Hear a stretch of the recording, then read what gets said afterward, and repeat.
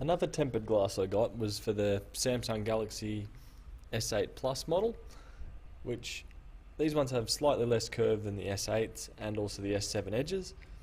So I managed to find some from the same supplier as my last video, which was for the S7 Edge. The S7 Edge was a bit of a difficult one to install, but I found the S8 Plus to be extremely straightforward with the little frame that this comes with, which we'll soon see. Yeah, and overall it's been a pretty good install, pretty happy with the fitment as well, so overall a pretty good product. And as with all installs, especially on used phones, give the screen a clean with isopropyl and a decent cloth to clear off everything. And with this S8 one, there's also a particular frame you can put around it, a template frame, which as you can see I just had upside down. Overall it clips around the phone, and from there you're able to drop and then put pressure on the tempered glass to install it.